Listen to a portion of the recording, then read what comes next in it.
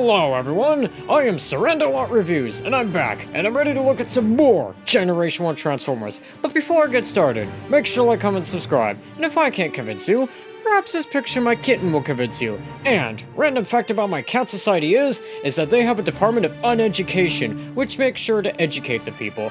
And without further ado, let's get into this. So, the first episode we're gonna look at is... oh no, it's this episode.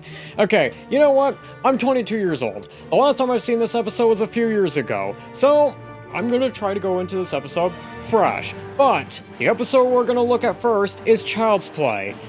And I'll be honest, I did not like this episode as a child. And the last time I viewed this episode, I also didn't like it. But...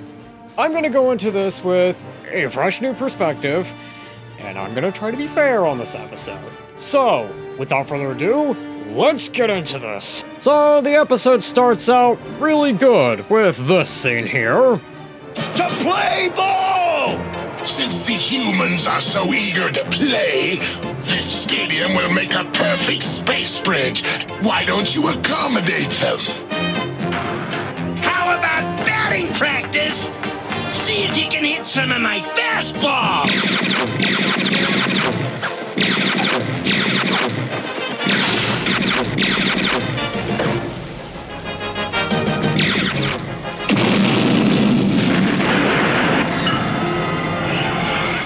Skyward, think fast. Help! Leave me alone! Stop!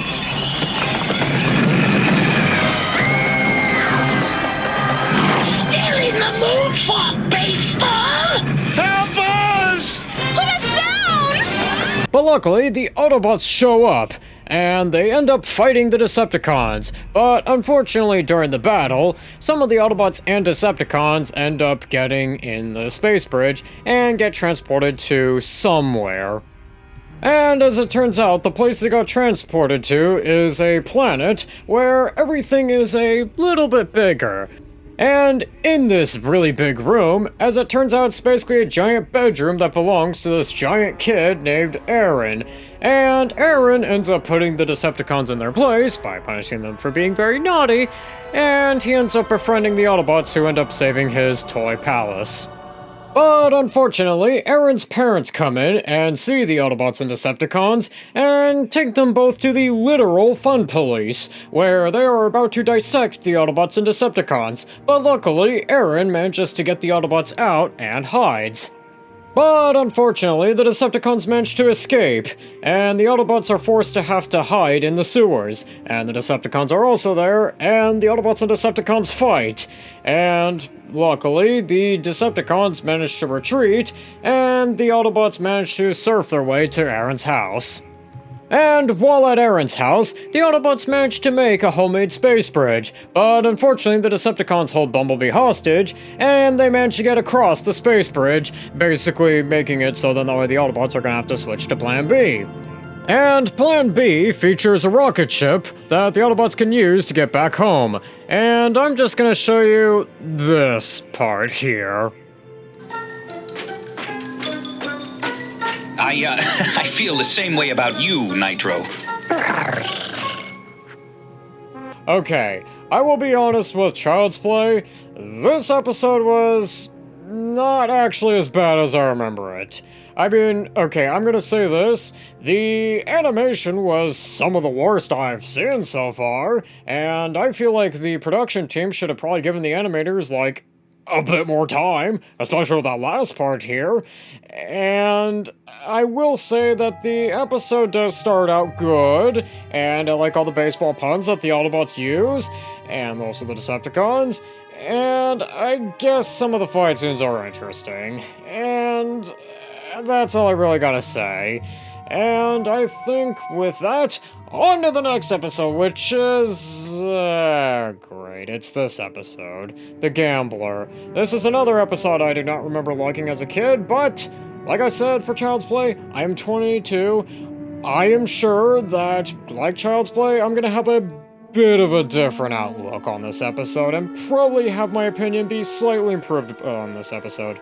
But, without further ado, let's get into this! So the episode starts out, surprisingly enough, right where we left off, with the Autobots getting stranded in space because they ran out of fuel, and they also get captured by this space gambling addict, and instead of doing something to help with this gambling addiction, he decides he's going to just use the Autobots as collateral.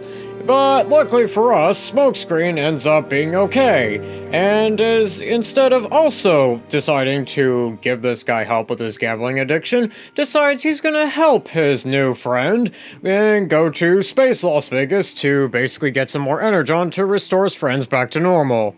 And while in Space Las Vegas, Smokescreen gets a little too greedy and ends up losing it all. I mean, Smokescreen, I think it probably would have been a better idea to just, instead get this guy some therapy to help him kick his gambling addiction. Probably better than this idea. And yes, I am actually just bringing my Smokescreen action figure because Smokescreen is just one of my favorite characters in the entire show. And thanks to Smokescreen's gambling addiction, the Autobots have been pawned off to this random guy to basically do a bunch of pit fighting for him. And also, the Decepticons are here. But luckily, all is not lost for Smokescreen because, well, this other Autobot named DevCon, who is a bounty hunter, has come by to help him. And so Smokescreen decides to blow smoke into the pit fight, basically interrupting it and causing the head gambler to lose a lot of money. Guess he should also seek some help for his gambling addiction. And with the help of DevCon, manages to escape the Decepticons. And Smokescreen and DevCon find out where the Autobots are from this guy, and this guy also turns out to say that maybe he does not want to take orders from the head gambler of Space Las Vegas. And so Smokescreen and DevCon and the other two guys end up fighting the Decepticons, and they end up leading the Autobots to safety, and the Autobots get their personalities restored, and the episode ends. And overall, I will say that The Gambler is an episode that actually pleasantly surprised me. I mean, it is an episode featuring my boy Smokescreen here, and I don't know why I did not like this episode as a kid, or, a few years later. I think I was just a crazy person. I mean, I will say that, like Child's Play, this episode has got some pretty bad animation, but I do like the concept of how Smokescreen has to basically do a bunch of gambling to save his friends. And I also like how we get introduced to DevCon, who we don't see again later in the series. And overall, I will say that I like this episode, and I was surprised by the fact that I would like this episode. But, without further ado, on to the next episode, which is The Search for Alpha Trion, where Optimus Prime has to search for Alpha Trion. Without further ado, let's get into this. So, the episode starts out with a group of female Autobots this time, going and doing some corporate espionage on Shockwave back on Cybertron. But they end up getting caught, and they have to fight their way out. But luckily, they give the Decepticons the slip, and Shockwave follows them, unleashing his inner stalker in him, and he ends up finding their headquarters in the process. And in the process, we also find out that the Decepticons are actually a bunch of incels. Acknowledge. What is it, Shockwave? 3 female Autobots broke into headquarters, attempting to steal Energon cubes. They managed to... Female Autobots? Excellent. I assume you have captured them? They escaped. But now I know the approximate location of... Find them and capture Elita 1! Yes, Megatron. I'll send a team of Decepticons to assist you. Megatron out! I mean, jeez, Megatron, maybe being an evil dictator and having policies like what you have on women doesn't make women want to join you or want to date you in general. Anyways, so the Decepticons go to the Lady Autobots headquarters, and they end up capturing Elita 1 and also destroy their base. And also, Megatron decides to shoot Optimus Prime a message and tell him that he and his incel friends happen to have Elita 1, and tell Optimus Prime to surrender or else. And so Optimus Prime goes there, and the Lady Autobots end up getting out of their predicament, and Optimus Prime's friends end up realizing that, yeah, there is something slightly wrong, and decide to go after Optimus Prime to maybe prevent him from doing something stupid. Meanwhile, the Decepticons try to kill Optimus Prime by dropping him into a pit of acid, which is definitely not a worse idea than just shooting him, and Elita 1 uses her special ability to save Optimus Prime, but in doing so, she drains her energy, so Optimus Prime has to get her to Alpha Trion to save her. Meanwhile, the other Autobots end up crashing the Decepticon party, and they call the Decepticons bluff because the Decepticons say that Optimus Prime is dead. And the Autobots end up beating back the Decepticons and kicking them out of the party. And in the fight, the Lady Autobots end up showing up and helping supporting their male counterparts, and they absolutely end up decimating the Decepticons. Meanwhile, Optimus Prime takes Elita 1 to Alpha Trion and manages to get her fully repaired.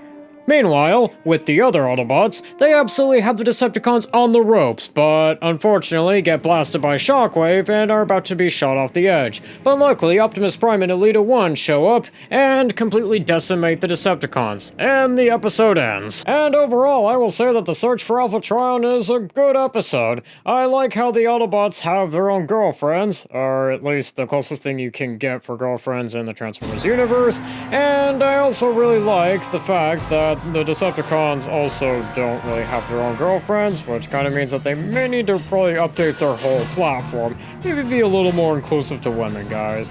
But overall, I will say that I like this episode, and it's a real shame we don't get to see Elita 1 or, you know, the other Ladybugs until, like, Season 3, Transformers the movie, and Season 4, which I'm not excited for Season 4, but I think with that, that's gonna do it for today. Don't forget to like, comment, subscribe, and I'll see you in the next one.